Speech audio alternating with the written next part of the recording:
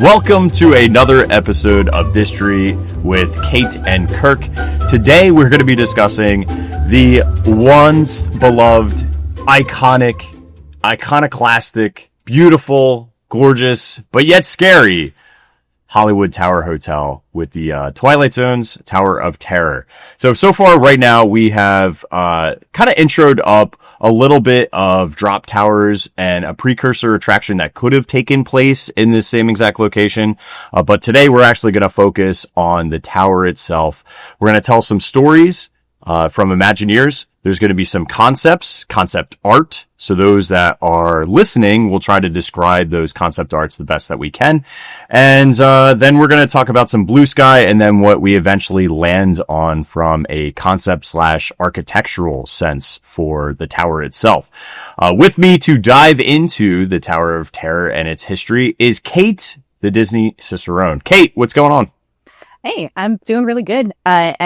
We discussed this a little bit before the show, but I have to say it. I did find my bell for the Hollywood Tower of Terror from the Disney parks. And so if you do hear a little bell during the show, you'll know what it's coming from.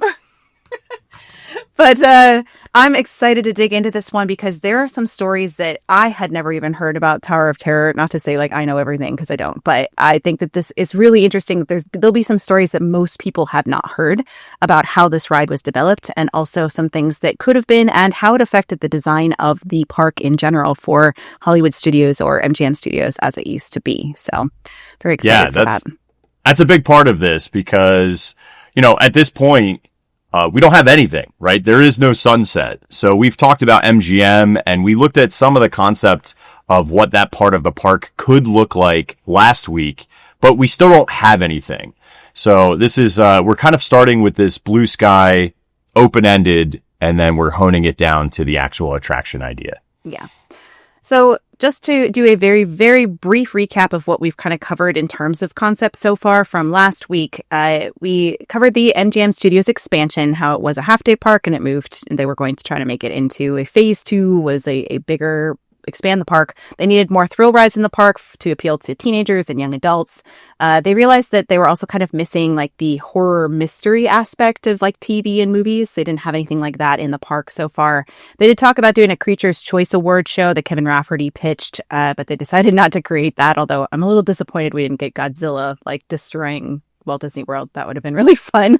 They also had another prominent idea for a thrill ride, which was Castle Young Frankenstein, working with Mel Brooks and whatnot. And they thought about doing a drop ride and putting it in a tall building, maybe a hotel. And at this point, they did look into the Hotel Chateau Marmont from 1929, which we'll talk a little bit more about this later as we get into concept. But I have a kind of fun quote from this is if you must get into trouble, do it at the Marmont, because they were very known for their discretion for the Hollywood elite. So they looked into this hotel as like maybe an option for, you know, not Hollywood Tower of Terror yet. This was more like a Hollywood horror hotel. Maybe with Mel Brooks. They also threw out maybe like something with Stephen King. They were thinking about a murder mystery where there was a murder that appeared in the basement swimming pool, which caused the elevator to behave in a strange manner. And the hotel manager would have been suspect number 1, would have been played by Vincent Price.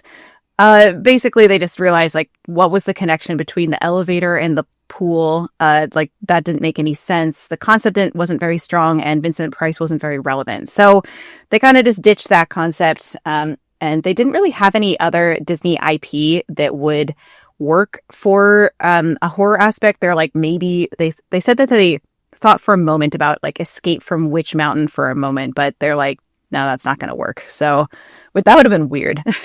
Because I don't even think most people know it's that not one. as popular of an IP that would make sense. No. But again, like to your point, the pool concept and the elevator, it's like Michael Eisner was selling to freshmen, hey, do you need a pool or an elevator pass? I got you covered. Pool or an elevator pass. Do you remember that in like high school? That was like the old joke is that, hey, there's a pool on the roof. I'll sell you a pool pass. Yeah. Yeah, it's the way to make money from the naive freshmen coming in. Freshmen, yeah, the hazing of the freshmen. So how did the idea for specifically Tower of Terror with the Twilight Zone come about. So I have kind of an interesting story from Kevin Rafferty about how the Twilight Zone Tower of Terror kind of came about. So he was in a brainstorming session with Imagineer Steve Kirk in his office at 1401 Flower Street, which is Imagineering's offices. And in Kevin's words, he said, we started to brainstorm what those attractions could be. And one was a haunted Hollywood hotel. I was in Steve Kirk's office and I couldn't get the haunted hotel thing out of my mind. So he's thinking about like the swimming pool thing that they were talking about, like what in the world could that be? So Kevin said, too bad that hotel story got stuck in the basement. Steve nodded and said, so what could that story be? Steve was drawing something of his table and Kevin asked, how could this thing possibly fit into a studio park? Maybe we zoom out and think about how it would best fit into the story of the park. The park is about movies and television. Let's think about movies and haunted stuff. Steve said something like House on Haunted Hill, but we turned into Hotel on Haunted Hill. And Kevin said, but that movie starred Vincent Price, and we know where that went. We know Eisner did not like Vincent Price, the idea of Vincent Price, because he thought it wasn't very relevant. So they're like, well, that would not be a good thing to pitch again to Eisner, right? They discussed several other movies, but none of them really went anywhere. But Kevin notes, it's a funny thing. When ideas are meant to happen, that's when a little light bulb turns on. He says, Steve, what if this is like your own episode of a TV show? What if you're part of the Twilight Zone? And I started thinking about stuff like The Outer Limits and sci-fi and other elements from the 50s. And Kevin asked, isn't there a Hollywood Tower Hotel? Steve confirmed that there was, that one that existed. He says, what if it's the Twilight Zone Tower Hotel? But the name wasn't quite right. And so Kevin Rafferty said, one of the things I've loved about my career is being able to come up with names for a lot of attractions and restaurants. And suddenly it just came to me. What if it's the Twilight Zone Tower of Terror? And I'll never forget, Steve Kirk dropped his pencil at his drawing table and he looked at me and said, I think you're onto something. And the rest is history. That's where the name for the concept for the Twilight Zone came about, and also the name for the attraction as well. And you know what? And building off of what you said with Vincent Price, because a lot of people asked us specifically like, oh, Vincent Price would have been so fantastic for this. And we already explained reasons why it didn't work out. But listen, if you go to Disneyland Paris, you know, up until 2019, you had the ability to listen to Vincent Price do the narration over at the Phantom Manor. They did bring his laugh back when they did the like most recent kind of revamp of it. So his laugh is in that attraction. I love that was all happening at the same time in Disney history too. Yeah. So they didn't, somebody was like, we really want to use Vincent Price for something. They're like, well, we're not going to use it for this idea, but maybe we could use it for Disneyland Paris. And they did, which I think is really fun. I remember, I don't, specifically with Vincent Price, there was some sort of video series that they did. I remember as a kid in either the 80s or the 90s watching a really scary Vincent Price. Maybe it was a movie or maybe it was like a compendium where it was multi films all added into one. But I remember there was a giant, and it felt like almost like Edgar Allan Poe story where there was a giant blade that was coming down on somebody and it would lower and lower. And yeah, Vincent that's Price Edgar Allan Poe. Yeah. And I just remember the whole entire time going like, this dude is so scary. And I was like, why am I watching this as a child? But I think that's why I messed up. It explains a lot about you, quite honestly. It does. It honestly, this is like the nonsense that was put in my head when I was like 5 and 6, I guess. This is why Halloween Horror Nights is like your comfort place. Yeah, I'm like, I literally could be in a scare zone. I'm like, oh. It's like one person's meadow of daisies is my scare zone. Yeah.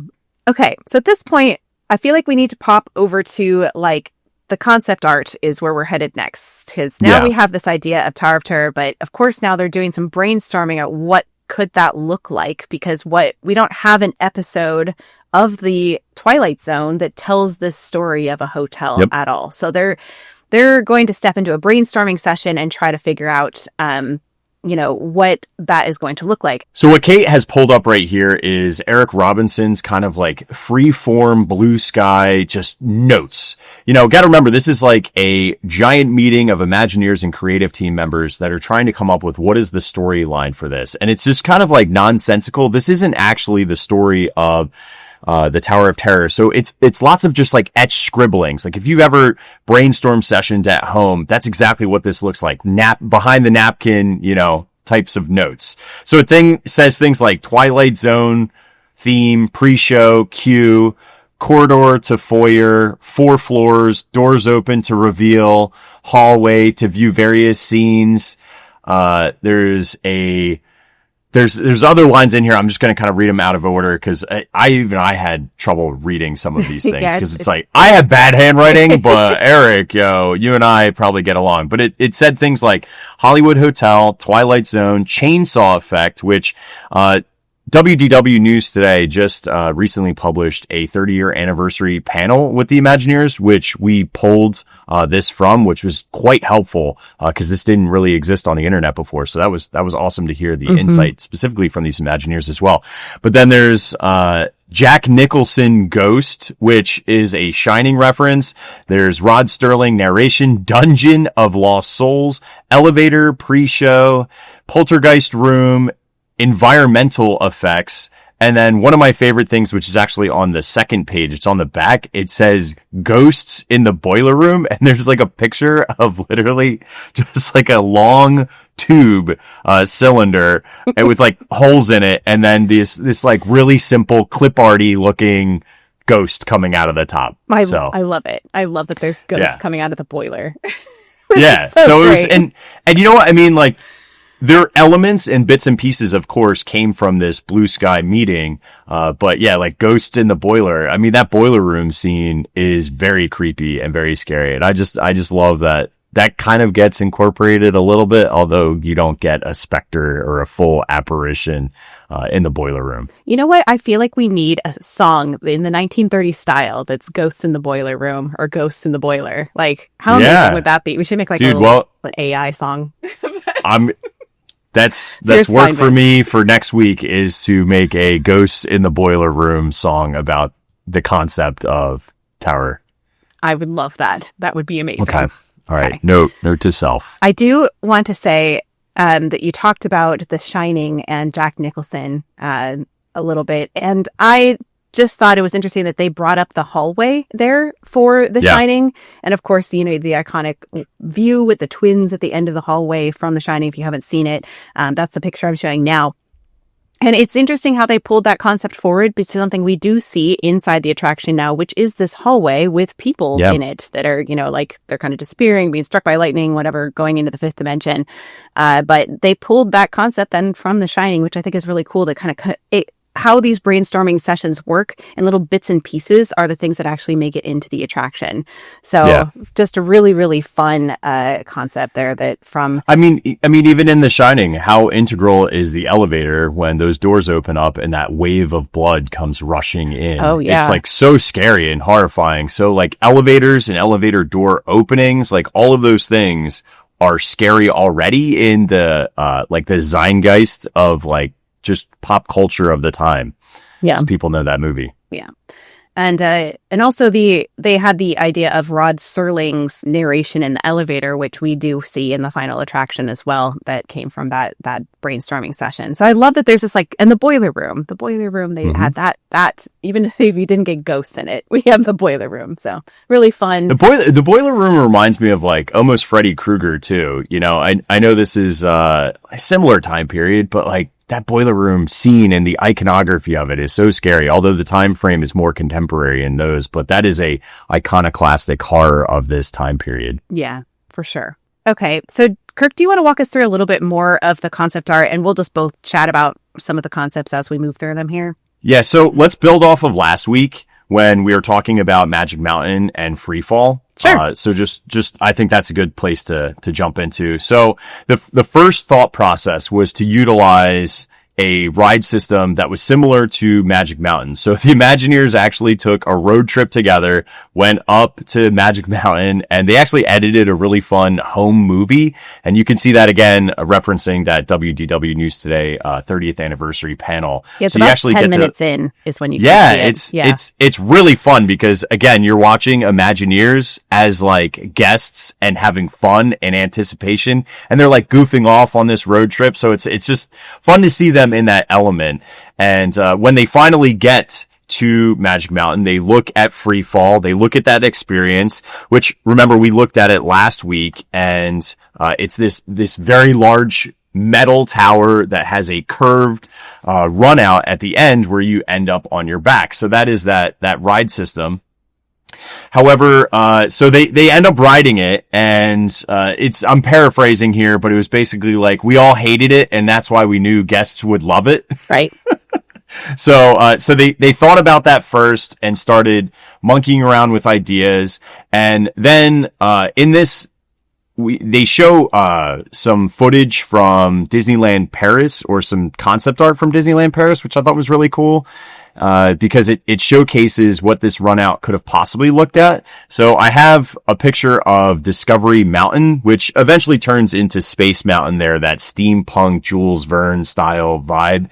But the picture that I'm showing right here is you have a Nautilus around a lagoon, but the focal point, or the weenie in this case, would be like a free fall tower, just like you would see at Magic Mountain, with that very large run out where you end up on your back, just like the ride system that they have there in existence. So by looking at that, you go, okay. And even when they were trying to sequence this and build some concept art for the physical attraction in Walt Disney World, I did find a very, very early Sunset Boulevard, which leads you all the way up to the Tower of Terror on the hill. And in the front left section of that building has just a very, very long corridor with 2 floors, and that would have been the run out if they were going to use this free fall system. So that's kind of like where we started with, is okay, we like the idea of doing a drop tower. There is a ride system that exists right now, and even in the video they laugh and joke like, Michael, can we please buy this? Right. Because they thought that it would be extremely popular. So this yes. Concept, by the way, that's done in this black and white sketch, this is done by Tim Kirk, just in case you're wondering who did this one. Great name. Yep. Great name. There's a lot of Kirk in this episode. Yeah, a lot. I don't know about that, but as Imagineers, they thought the problem with utilizing this already existing free fall system, and I'm not going to go into the ride system that much, but the challenge with that is it will ruin the feel of being on an elevator, because why would guests end up on their backs in an elevator? So I'm going to kind of put a pause there on the ride system that they figure out to utilize for an elevator system, but we're going to scrap this concept of using the pre-existing free fall style Gen 1s and instead develop our own elevator drop sequence system that won't utilize a run out. Right. Interesting that we're still talking about having this run out, because in the very earliest concepts here of the Tower of Terror, you can see this is by Eric Robinson, and very early sketch. He said he did this. He's had a one piece of tissue, a razor marker, and 3 color markers, and a container of whiteout. So you can actually see in the clouds there that the white that you see is just some liquid paper that he put in the clouds. It looks an awful lot like the Chateau Marmont that we talked about earlier with this kind of center tower. But he pointed out that the center tower here does have a run out. If you follow the middle of it all the way out, you can see the run out goes off to the right hand side. So even in this earliest concept, they were still thinking about doing that run out. So, but you can definitely see the influence that they pulled from the Chateau Marmont here, especially that kind of main tower, and just the overall layout of it looks very, very, very similar to that hotel. But they liked this idea so much, and at this point they were trying to sell the Disney decade to people, and they needed something really quickly. This concept wasn't fully imagined yet, and so they did have, though, he had to clean it up a little bit so that they could have something to promote for the Disney decade. So this one here that is kind of this dark, moody blue concept that we see here, and I think it just says Hollywood Hotel on it. They might it not does even... in the upper right, in like kind of like a neon sign. So you're spot on. Yeah, but they even have a little like limo out front, but you can see how the drop tower is still there in the center with like an eagle or something on top, and then they don't have the run out visible in this one because it's supposed to be just the outside of the building, but they have kind of the front porch there. But this is what they actually showed the public of what we're going to build for this Tower of Terror attraction.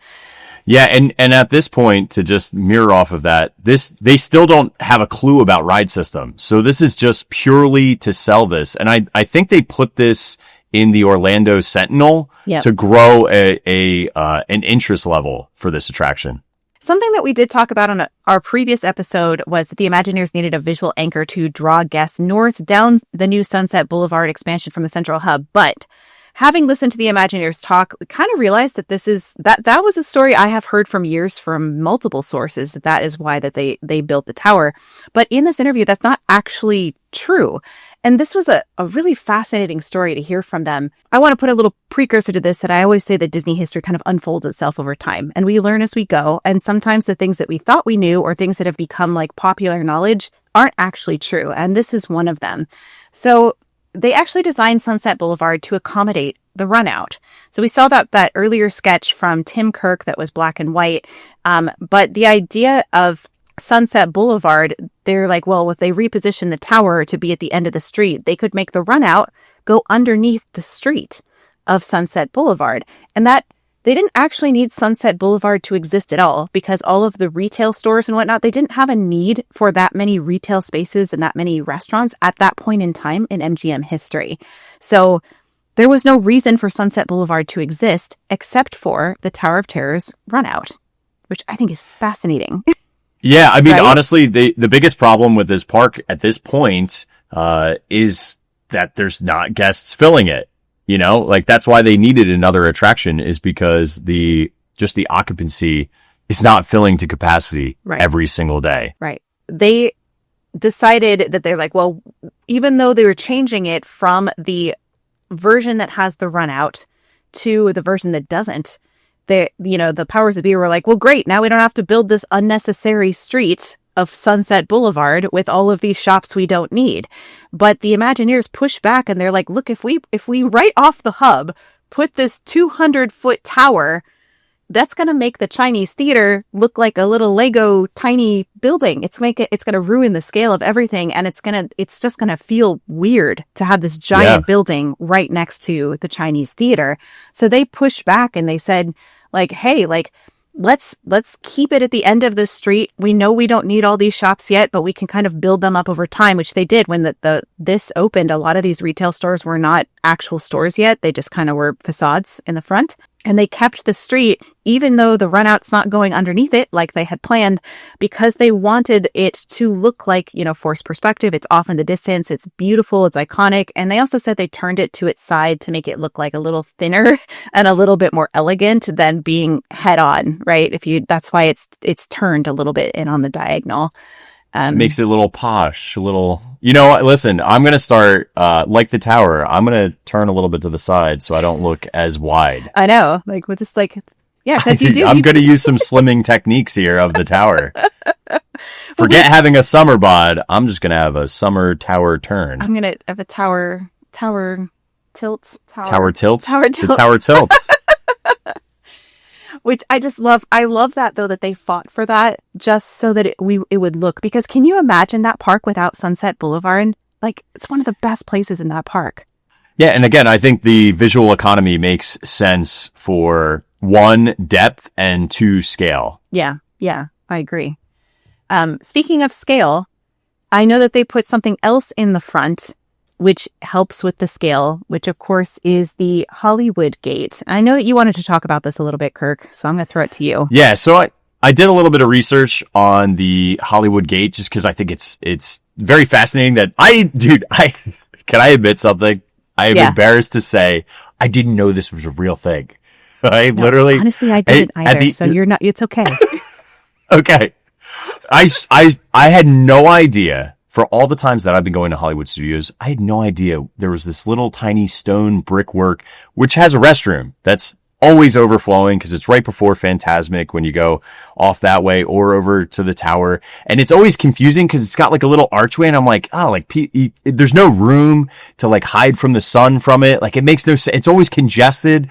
I never understood why it was there until this week's episode. So during the research for this, I found out that there's the stone gateway to the Hollywood Hills. And this gateway structure is a real stone arch located at the entrance to a residential neighbor in the Hollywood Hills. It has this like Mediterranean revival, almost like Gothic castle kind of vibe to it. And it's supposed to evoke grandeur and exclusivity. And as a result, the Imagineers wanted to pull that in because again, this is like welcoming you into the Hollywood Hills, or in our case, the Hollywood Hotel. And, so this still exists to this day. And it was established in, 1923. This was built. So if you ever look at this restroom structure that's in front of the Tower Hotel, it is the stone gateway to the Hollywood Hills. There is a plaque that is commemorating this, as well as the 2 stone gates. And that's why it's on both sides of the street of Sunset Boulevard in Hollywood Studios.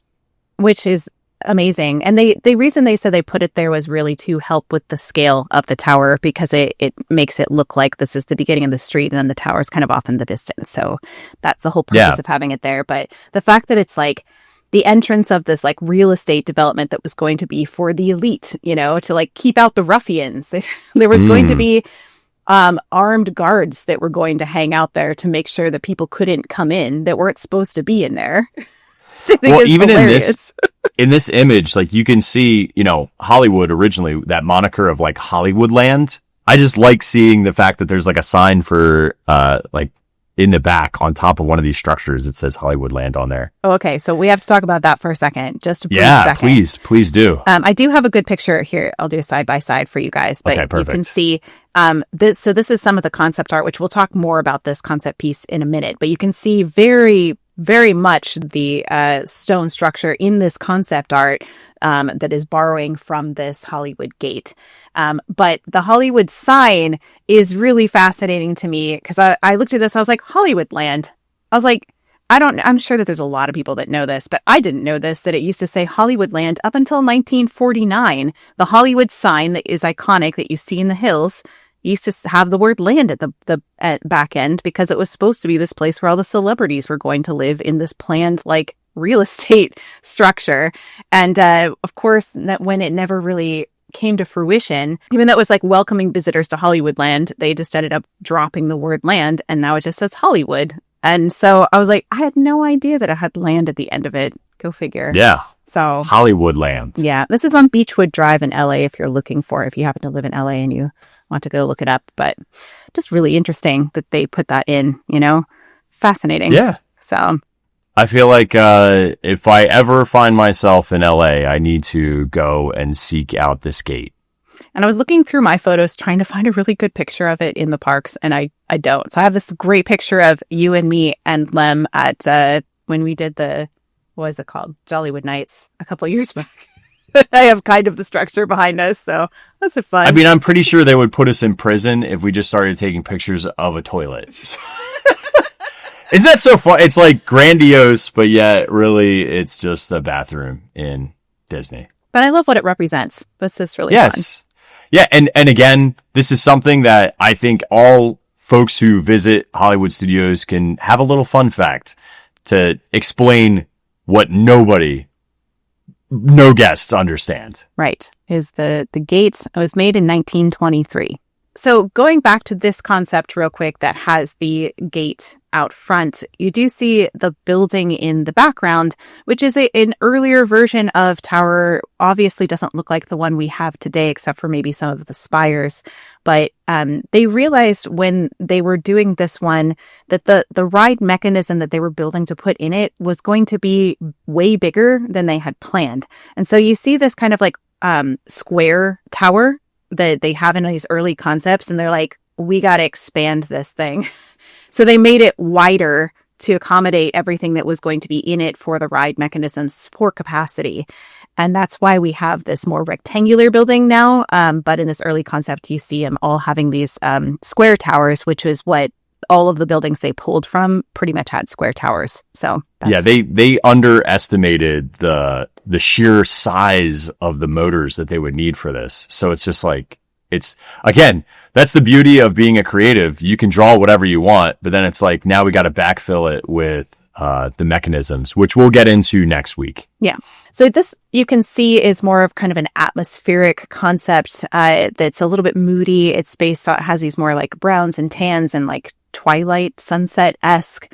But now you're starting to see it expand out towards the sides. But they still do maintain the same kind of styling as they had before, just kind of span. And we'll talk more when we get into architecture, we'll talk style of the architecture in particular, but just kind of showing you some of the concept here. Then we also have this one. And I do want to say that there was before they even developed this Twilight Zone concept, there was a very early, apparently 1930s hotel that Bob Weiss had designed for more of like the closer to the front of the park, not even a ride itself. But I haven't been able to find concept art for that anywhere. So if anybody has ever seen that or knows if it exists in the public, I would love to see it.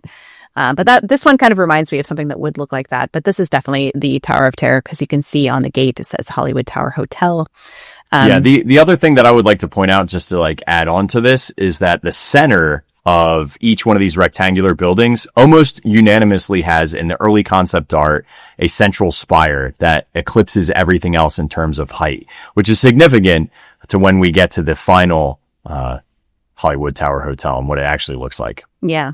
And it's interesting, what we now know as like the Tip Top Club on the side, Kirk, is it looks so much like like an elevator that's going to drop in this particular concept. Do you see that? Yeah, it almost has like a track lining to it. But again, it's like, why does that exist like that without windows? Where it's more of, it almost looks like an atrium, the full length windows that it has on that side now. Yeah, it's really weird that I've always wondered about the Tip Top Club and how they kind of put that thing that kind of juts out to the side. I wonder if it's in part of the mechanical process too. So I'll have to look into that. But I do want to mention just briefly, we've talked about this on Distory before, but the name Tip Top Club, since we're in this series, the name Tip Top Club comes from a kind of an inside joke in Imagineering. Disney artist Jack Furrier belonged to a club called the Tip Top Club, which was anybody over 6'6". And this is Dave Meichner telling this, who's a Disney animator, story artist, and director. He said, "I can tell you a funny story about Jack because we were assistants together at the point in my career. We were walking down the main hall in the animation building one day, coming back from lunch. He had such an incredible arm span, he was dragging his fingertips on both sides of the wall as he came back in the building. Walt Disney had just gotten out of the elevator and was coming our way. He looked and saw Jack and he said, 'Jesus Christ.' Jack was a very, very big man." So anybody over 6'6" is part of the Tip Top Club, according to the Imagineers and animators and whatnot. So it's an inside joke at Disney that if you're really tall, you're part of the Tip Top Club. And then I love that they incorporated that into this attraction as well. I would have to act like Tom Cruise and put about 4-inch lifts in my shoes to be able to get inside that place. They would never let me near it. They'd be like one look and they're like, "No, sorry." You would need bell bottoms, and like underneath the bell bottoms would be like 1.5 foot platform shoes. Like Disco Stew with like the dead goldfish in them. Right. Disco Stew approves. Doesn't advertise. Anyway, so some more concepts for this real quick. There's another one where the lightning is hitting the tower. So this is after they've kind of established a little bit more of the storyline, which we'll get into in a little bit, of what actually happened to this hotel to make it kind of haunted and spooky. And then they also have this one, which is more of exploring the colors for the hotel. And I think, Kirk, might be your moment if you're up for it to talk about the colors. Yeah, I can talk about the colors. So this is the point where they're trying to figure out what is the color scheme of this. Now, architecturally speaking, we've kind of, you're seeing like a lot of the similar vibes. So I'm just going to kind of mention a lot of this is like Spanish, Italian kind of architecture. So we'll leave it at that. And we'll touch back later when we have more specific examples. But John Hench is talking about trying to figure out what kind of color they should be painting this, and essentially went with the hotel should be painted some sort of somberish, pinkish purple, because prior to this, it was a lot more vibrant, and they wanted to have more of like a foreboding sense. Yeah, like muted. Right. So instead, he suggested, what's that sad pink stuff they used to throw on kids' puke in school buses? So that's the color that they were going for, was the pink stuff to clean up puke in schools. That's the color for the Tower Hotel. You'll never see it the same. No. I always thought, like when I was growing up, I always felt like it was like sawdust or something, but maybe it was different when they were growing up, as slightly different. I don't know what that product would have been. I'm sure some of our listeners who grew up with that probably know. Yeah. Like, gross. I can't. I got time. I couldn't bring myself to do it. But yeah, that they did kind of like make it a little slightly different color because they didn't quite wanted that color. But John Hench, of course, is one of the color experts in Disney history. I have a really funny story about John Hench because when they were doing Epcot and they were doing the Living Seas building, which is where Nemo is now, and the sponsor of that attraction was like really, really, really involved in the design process and wanted to like be in on every single decision. So he wanted to decide what color they were going to paint the outside of the building, and he wanted white. He was like, white, white, white. And John Hench was like, we can't make anything bright white in Florida because you'll blind people because it will like reflect off of it, right? But the guy's like, no, we have to bright and crisp. That's what I want. And so they set up this wall, like a test wall in front of the Living Seas building as they're constructing it, and they painted it with like 30 different varieties of white because, of course, white comes in lots of different shades, right? And the guy comes out with his wife, and he's standing and he's like mulling over the different colors, like, And the wife's kind of like looking at him like he's crazy, and John Hench is like, well, what do you think? What draws your eye? Like, what pulls you in? And he's like, I don't know. And she's like, is he trying to decide the paint? She's like, he's colorblind. I pick out his ties every morning because he can't see any color. And so John Hench was like, I think we'll pick the color. Yeah, that gets overruled really quickly. So anyway, just a little aside. Can I add a little aside of something that's contemporary? This happened to me in the parks. It didn't happen in a Disney park. It happened at Epic Universe. I was standing at Isle of Berk and just looking at the giant Mead Hall. And there's such vibrant colors. And this is where the connection to John Hench kind of comes in.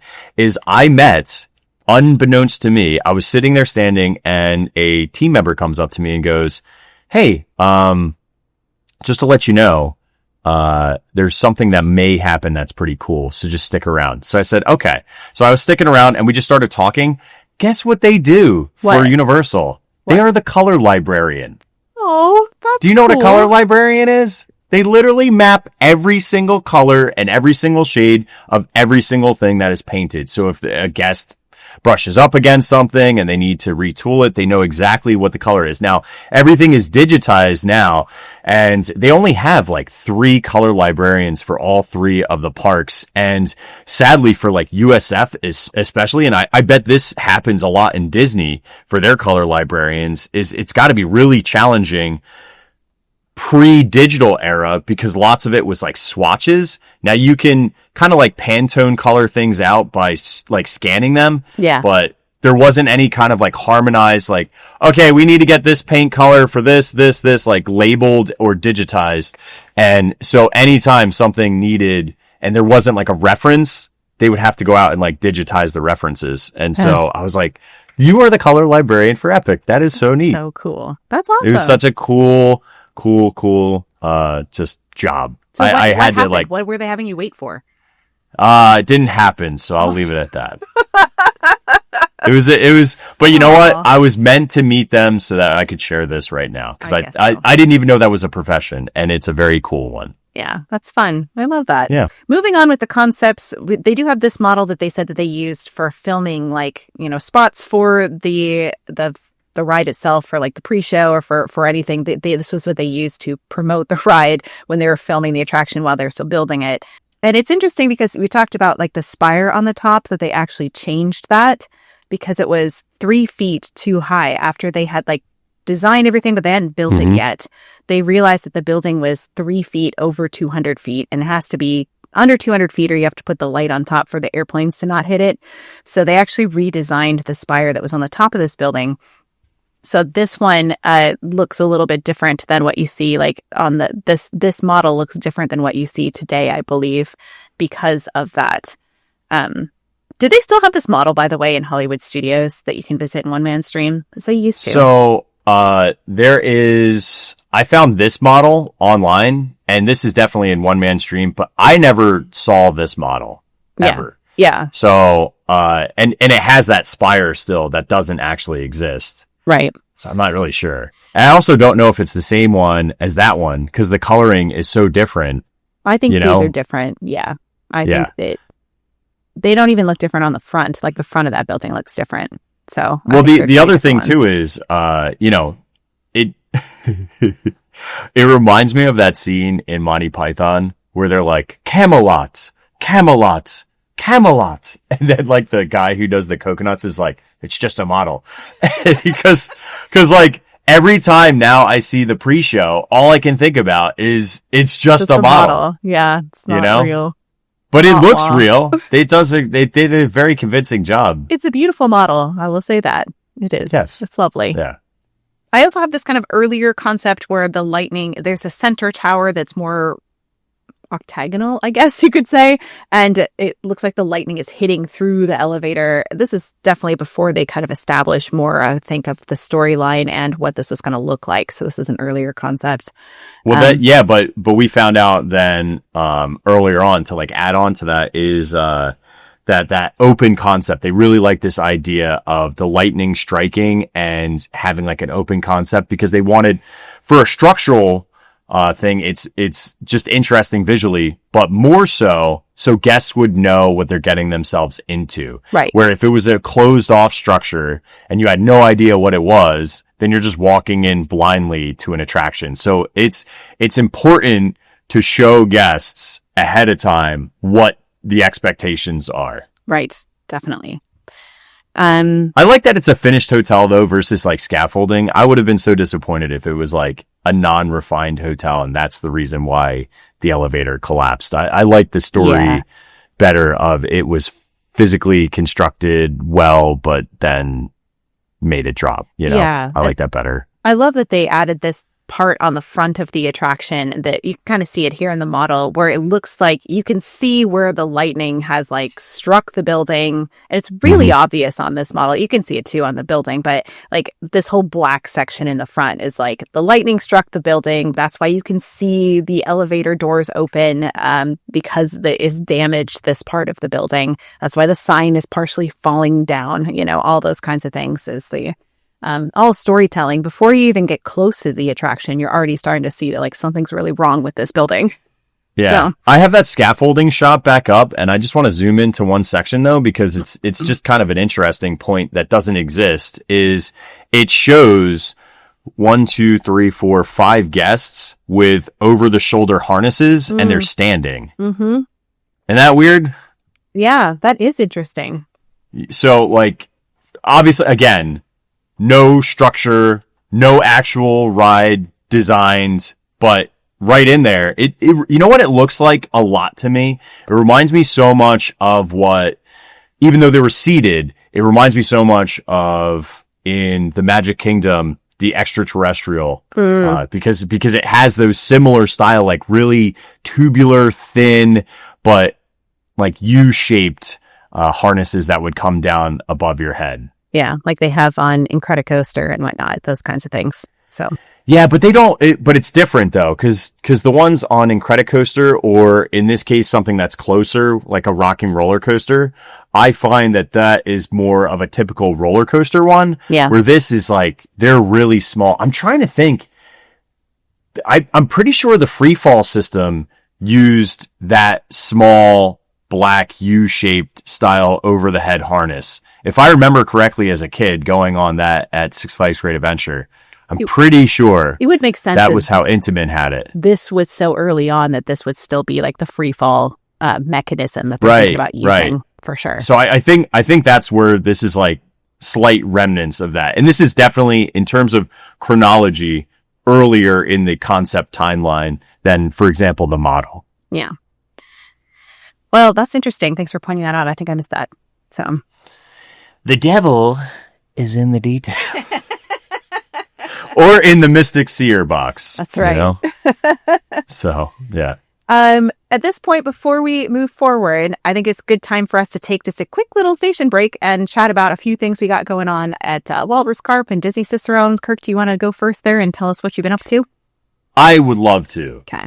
I'm not going to share a screen and show my webpage, but you can find all of these items at walruscarp.com. It is a fashion show, but I'm not getting changed in front of you. Thank you.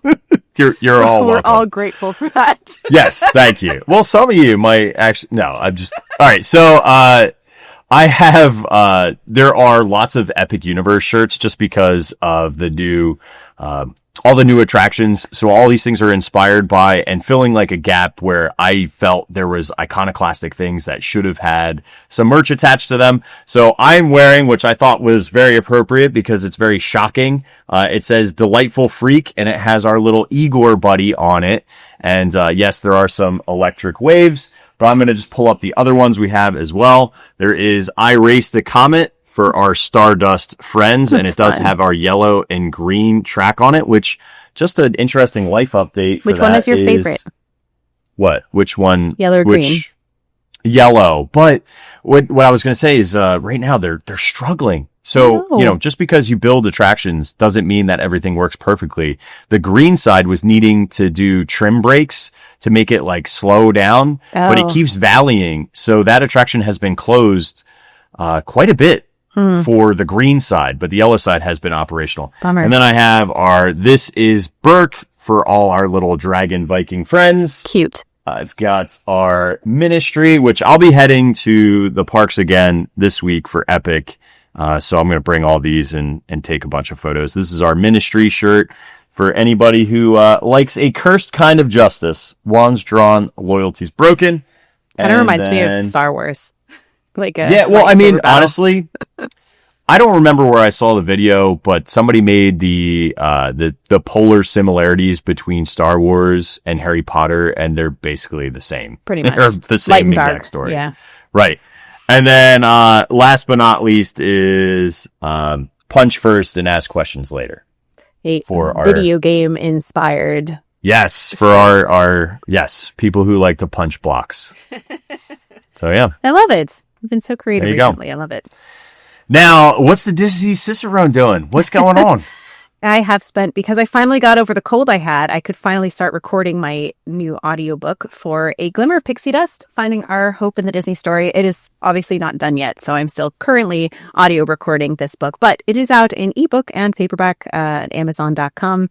It's a nonfiction about how we experience the Disney parks. This one focuses more on hope, but incorporates obscure Disney history into it. And I've been getting a lot of really wonderful feedback from a lot of you guys about how this book, people have said 6 pages in, they're already crying because it's meant so much to them. So thank you to everybody who's been reading and sending me such positive, wonderful comments about how it's impacting your life and healing and things that you're going through. It's giving you a little bit of hope. So thank you for that. I'm really, really grateful that this book is doing good, positive things in the world and helping people. So, it's available. Kate is sponsored by Kleenex and includes a free pack with every single book.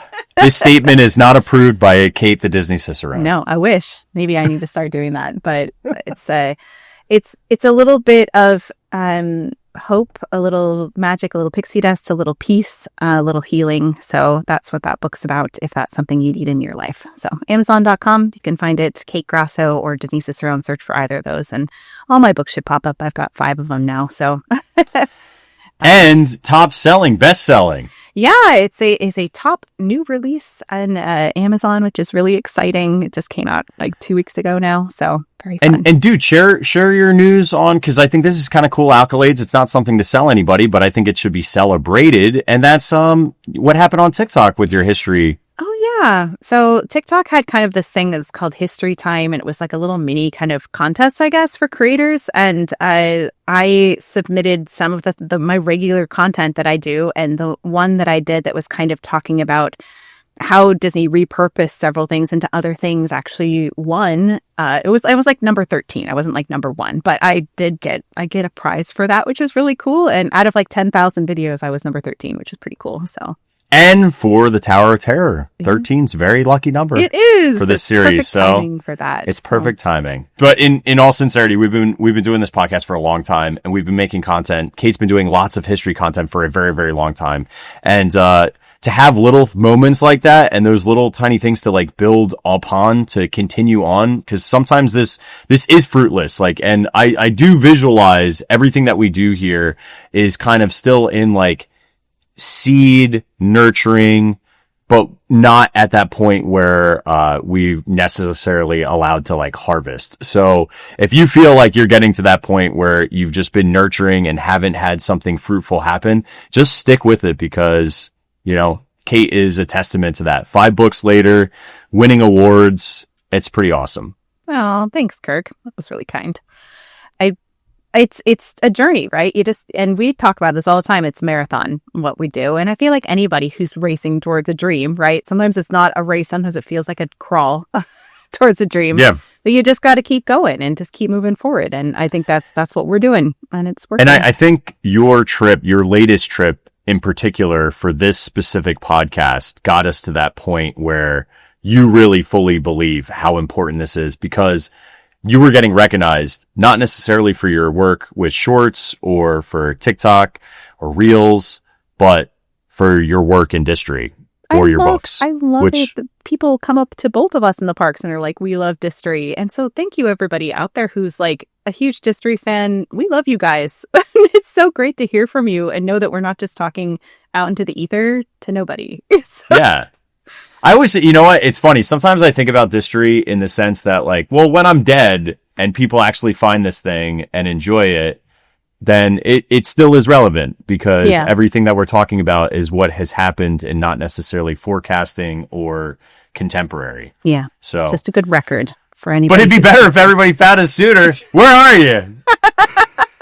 They're right here, Kirk. They're listening right now. They are. So thank you so much for listening. We just genuinely appreciate it, and it's a little fuel to the fire to continue this historical journey. Yes, indeed. Well, now that we've gotten all sentimental, that was great. Thank you, Kirk. This has been sponsored by Generic Kleenex. Generic Kleenex tissue. Tissue. Kroger tissue. Kirkland's best. Kirkland's. Well, it is a Kirk episode, right? So, All right, let's jump back into the Tower of Terror. We're going to head now to the proposal for getting this approved. I know we kind of did the concept. We already kind of know it was approved, but it's hard to decide which order to do these things in. So at least now you've seen the things that they're kind of giving to Michael Eisner to try to get him to want this concept, right? I do have this great first pass treatment from Kevin Rafferty, who he wrote as he's trying to figure out some of the story of this. And he says, he admits that this was in 1990, and he admits that this is like super rough, okay? But it's really kind of funny to hear. So he said, witness, if you will, a Hollywood tower hotel that stretches up toward the vastness of space, through the void that is the sky, beyond the limits of your imagination. For the tower is host to a most uncommon pair of service elevators, just as the hotel is host to a most uncommon pair of residents. Science fiction and the fantasy of terror. It has been said that science fiction is the improbable made possible, and fantasy is the impossible made probable. If you should dare check into this hotel, you may find yourself impossibly lost within the hidden corridors of the improbable. This is very convoluted. Lost inside a dimension between light and shadow, between science and the supernatural, between the pit of man's fears and the summit of his knowledge. But don't worry, there is an escape. And that's the end of the treatment. So Kevin admitted that this was super rough, so he polished it up with the help of Michael Sprout, and Michael actually looked at every single episode of The Twilight Zone, which I'm currently working through with my family, and decided to kind of figure out a story for it, which we'll talk about probably more next week, that we'll dig into the story for it. But they put together a proposal for Marty Sklar, the president of WDI, for a Tower of Terror attraction named the Twilight Zone. And then he gave him the green light to take it to Eisner and Frank Wells to pitch it. So Kevin Rafferty said, my first pitch was to Frank Wells and Michael Eisner, who ran the company at the time. I should have been scared to death to present another take on the hotel that Michael had already nixed, but my confidence in and excitement for this new story far outweighed my fear. We put a little storyboard together and some concept art, had concept art and the series theme music on a cassette player, which is fun. I miss cassette players. And then Michael Eisner just lit up when I said Twilight Zone, Tower of Terror. When he asked what happens, I knew I had him.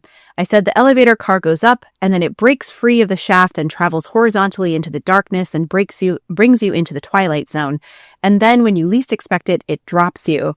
And by the way, I had no idea how any of this we're going to do any of this. I just sounded really good theoretically. So they had no idea at this point. John Hench had given him some advice to add an unexpected twist to a ride so guests would be surprised. Which is how you innovate here in Imagineering.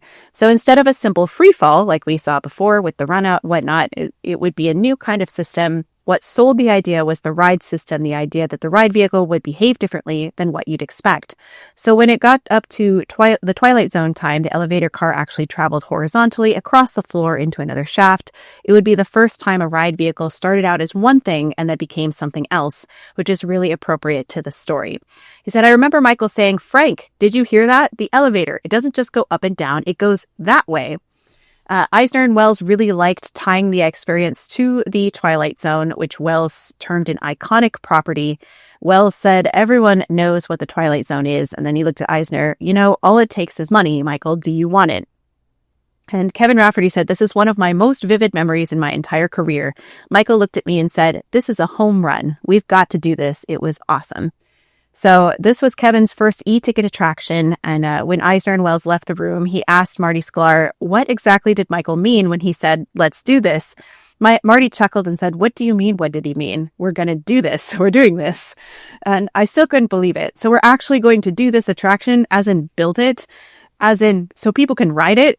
Yes, Marty said emphatically, as in build it so people can ride it. What are you waiting for? Get going. And so that was the very start of the Hollywood Tower Hotel and the Twilight Zone. So I love that. Yeah, isn't that fun? Can I ask you a question? Yeah. I've been staring at this photo, and I feel like I'm playing the game. Is it cake? Is it cake? It does look like it could be cake. It looks like it could be cake. I need somebody to. This thing looks like a Hollywood Tower Hotel cake. It does. I think it's a really early model, maybe, or a late model. I don't know. Or is it cake? Is it cake? Maybe it is. Maybe it's from the opening. It could be cake. I think that's cake. It does look like it could be cake. Now that I think it's cake. I'm dead serious. I think that's a cake. That's probably from like the opening celebration, and they made a cake. Yeah, maybe. That's so. Because like if you look at the model of it, it's obviously nowhere near any of the other models that existed. So and there's lots of things that look like they're printed, but looks like it's printed on fondant.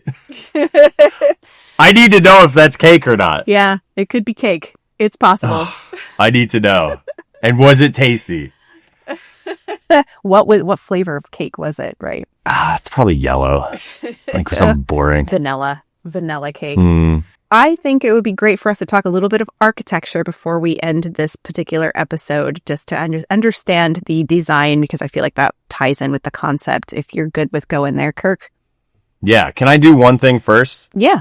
You may be, if you're listening to this, we're staring at a giant red balloon. You're probably wondering, why on earth is there a giant red balloon? Well, this is significant because of trying to build this structure. The biggest thing they were trying to figure out is what do the sightlines look like? And in that panel is really cool. We'll talk about this more in construction, but I just wanted to point out that this is literally how they figure out how tall to build these things, is they straight up took a weather balloon and they hung it in the site, the construction site of where they were going to build the tower, and put it up to the different heights. And they went over to Epcot and just looked at the red balloons and were like, okay, that's how tall it is. And then they looked at the sightlines of the Swan and Dolphin, which look horrendously ugly from Epcot. And they're like, it's going to look better than that. Right. Doesn't matter what it looks like. We're good. We're fine. Like, no need to worry. This is a picture of what it looks like with Morocco in Epcot with the tower behind it. And this is actually something that I've heard for years people claim. And this is something we actually did cover on our Sightlines episode a long time ago, because this is like, everybody who knows Disney history kind of thinks this is true. And so the idea of they planned the colors on the backside, or the design on the backside of the tower, to look good from Morocco. And it does. It looks like it could fit in there. It's not exactly Moroccan architecture, but it does look like it could. I mean, it is rockin' me, you know? they didn't actually plan this. They did do the balloon test, like Kirk said, and they're just like, yeah, it'll look fine. But they didn't like design it specifically for it. So here's how I know that. I went and I asked our good friend Kevin Lively. I said, hey, do you know somebody Imagineering? Do you know anything about this?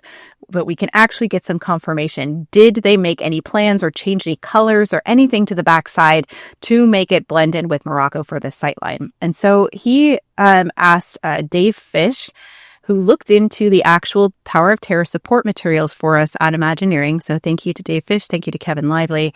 And he said there's no mention of Morocco in any of the Tower of Terror support materials.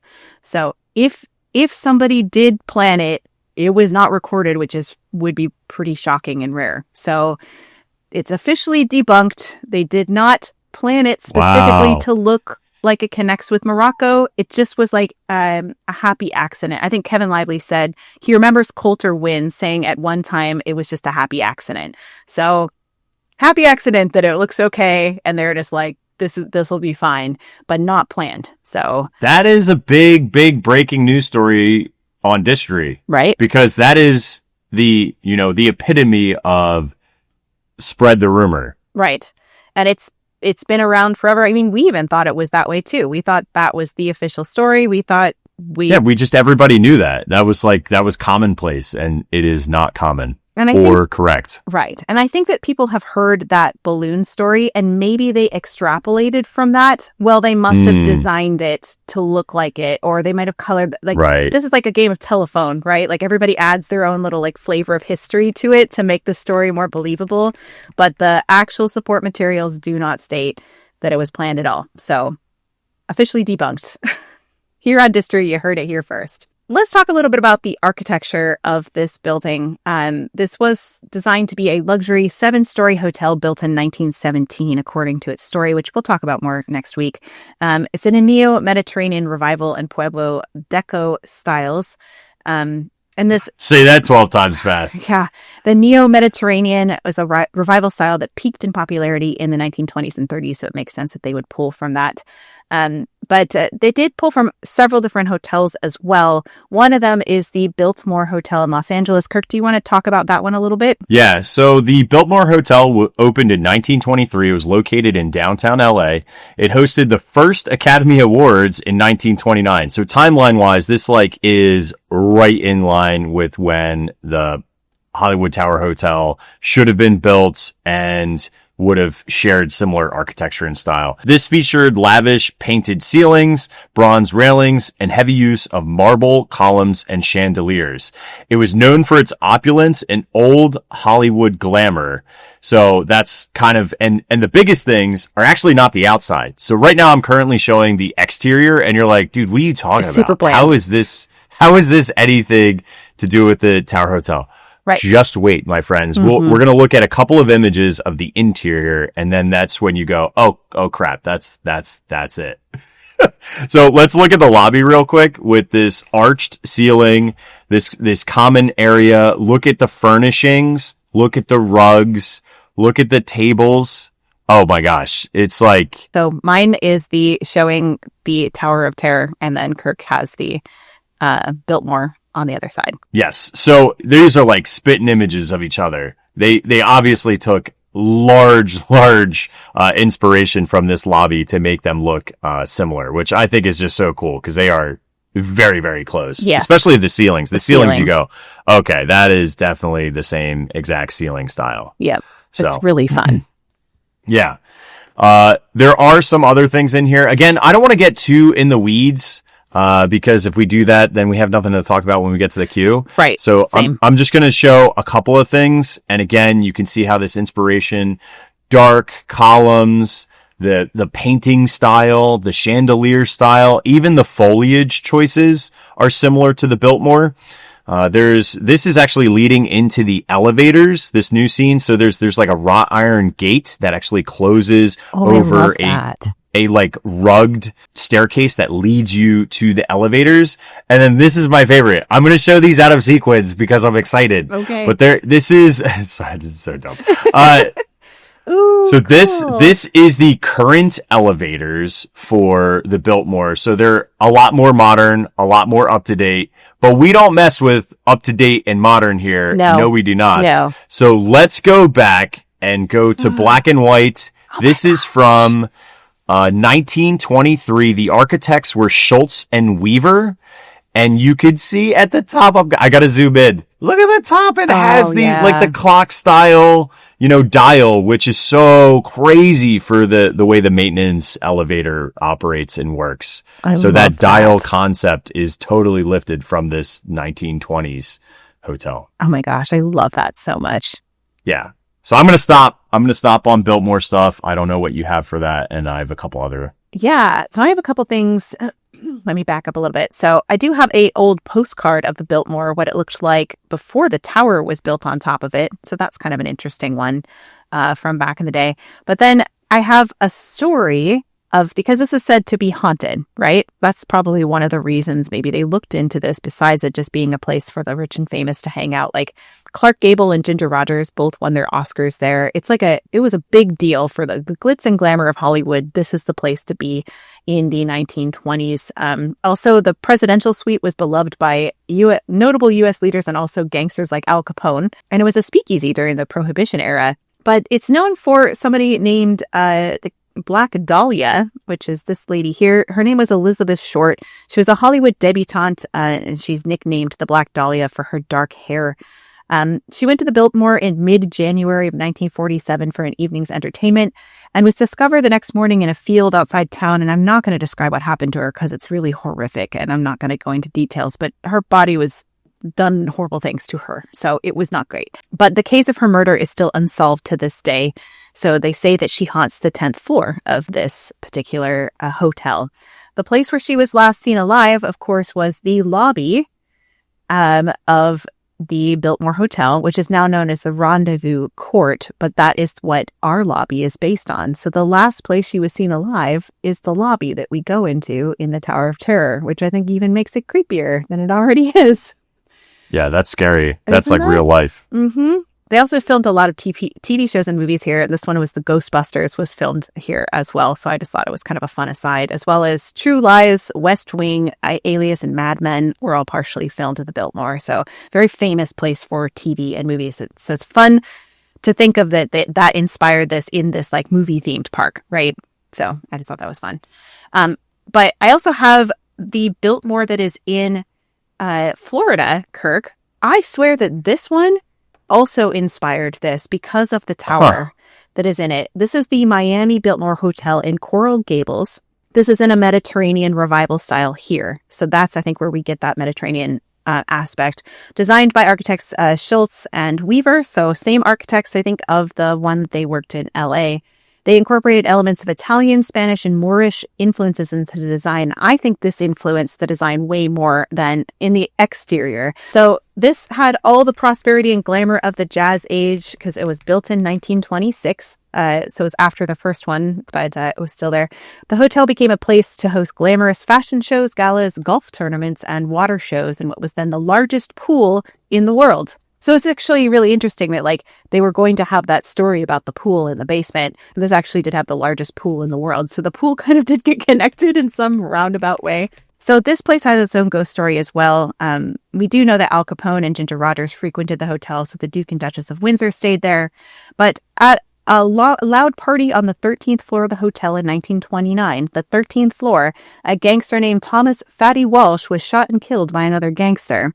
And this has been the source of many ghost stories over the years of haunting this particular hotel. And so I have a couple different pictures of it to see the outdoor architecture. This is what it looked like in 1929, I think, or 20. This is when it was built, I think, so 26.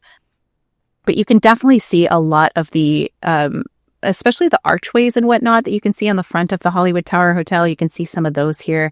And definitely that early concept art of that square tower, I think was pulled directly from this, if I had to guess, because it looks so similar to it. There was another hotel, though, that they did use for inspiration that was a little bit closer to home back in California, which was the Mission Inn in Riverside, California. Now, Kirk, you said you wanted to talk about this one a little bit. I have some things too, so. Okay. all the way back in 1876, the Mission Inn, which is in Riverside, California, it has this is like a Mission revival mixed with Moorish, Spanish Gothic, and Mediterranean style architecture. And it has domes, flying buttresses, wrought iron towers, and tile roofs. The interior had courtyards and cloisters. It was heavily religious iconography inside, as well as ornate woodwork. And its dramatic, almost ecclesiastic appearance influenced darker Gothic vibes that you kind of get from the tower's exterior.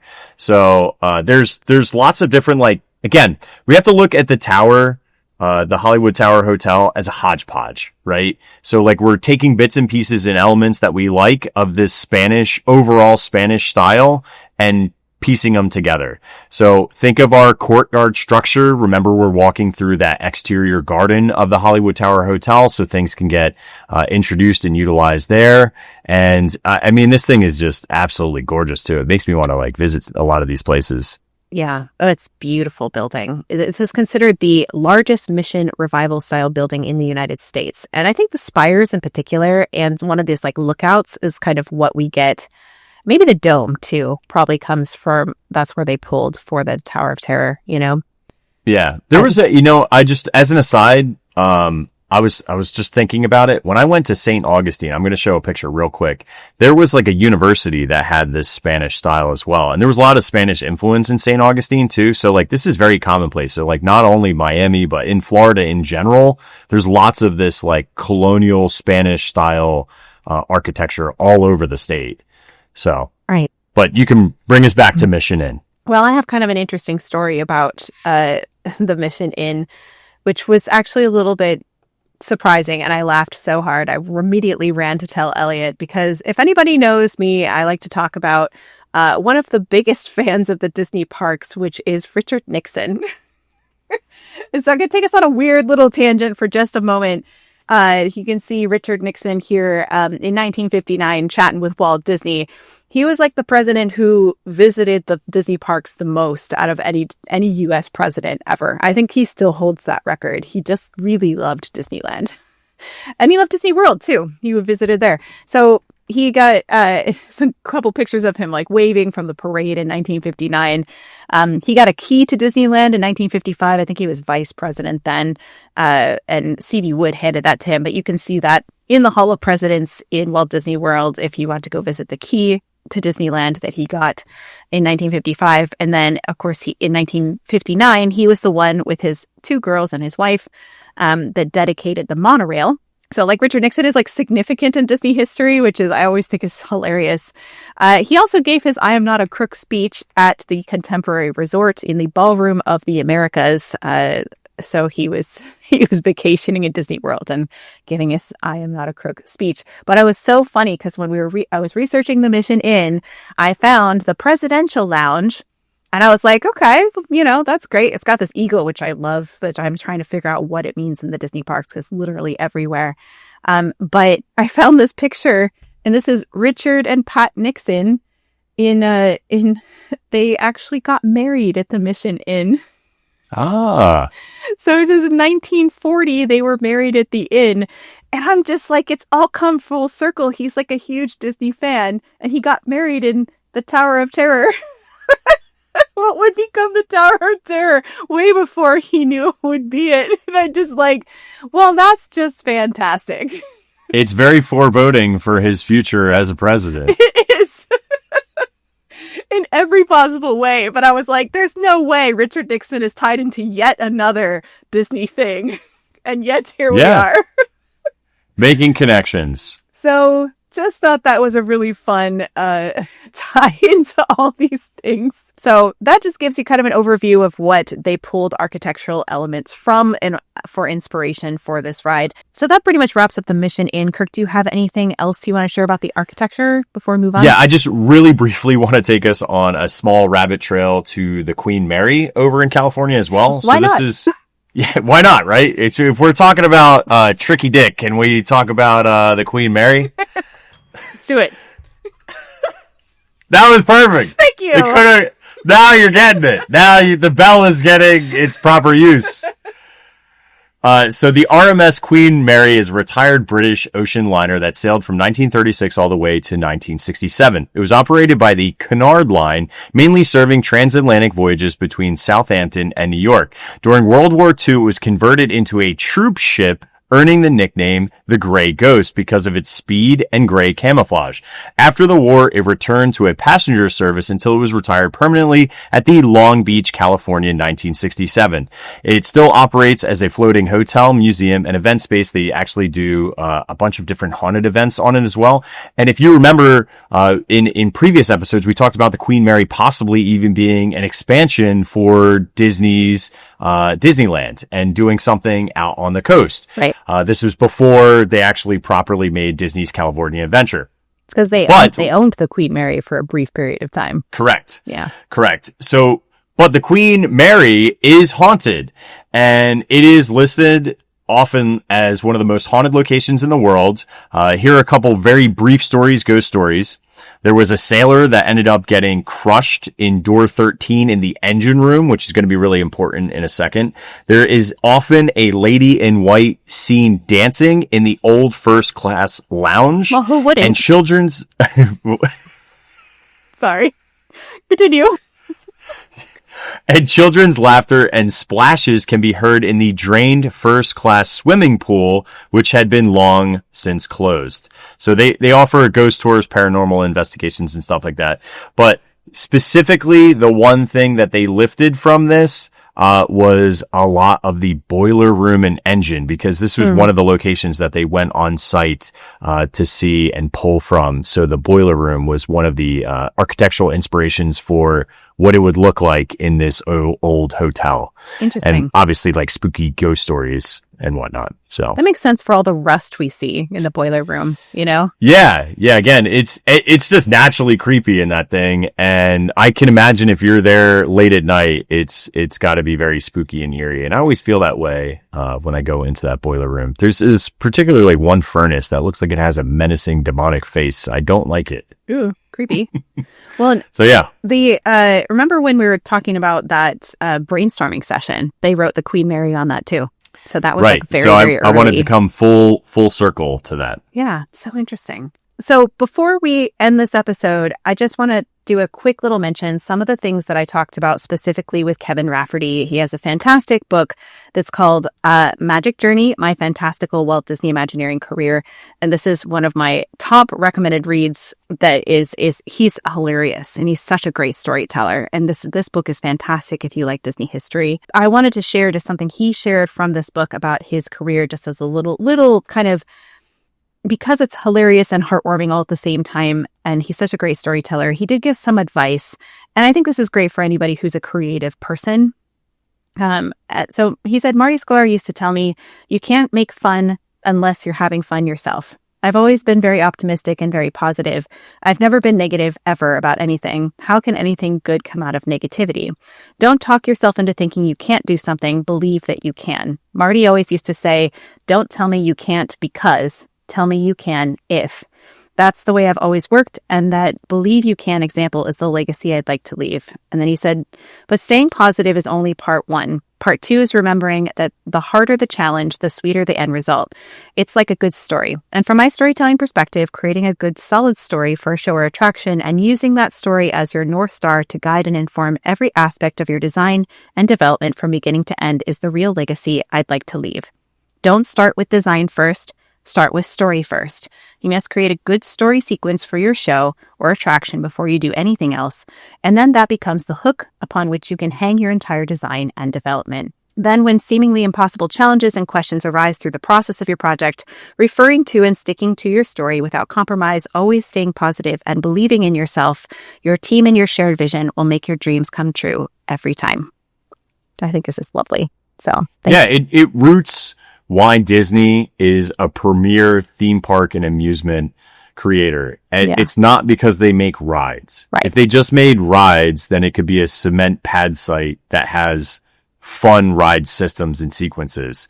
But that's the difference between a Gen 1 free fall drop tower and the Tower of Terror is story. Right. And the story is so fantastic and so intricately woven into every detail of this attraction, which is what we're going to cover in the coming weeks. Where we're going to talk story next week, specifically more detailed about what the story of this attraction is, so that as we dig into the queue and we walk into the pre-show and through all the different parts of it, there's so much in this attraction that if you understand the story that's going on and the Twilight Zone, you'll see so much more in it. It'll be such a richer attraction for you, knowing all of those things. So it'll be really fun. Yeah, exactly. To But next week, specifically, we're also going to talk ride mechanism, which is really intricate and impressive, the way that they figured out how to do this. So we're going to go there. Dorky nerd engineering stuff. The bell's my new favorite thing. I am a fan. It's going to be great. So the bell needs to get like an EP credit on the episodes. All right. Well, Kirk, do you have any final thoughts here as we wrap up this episode?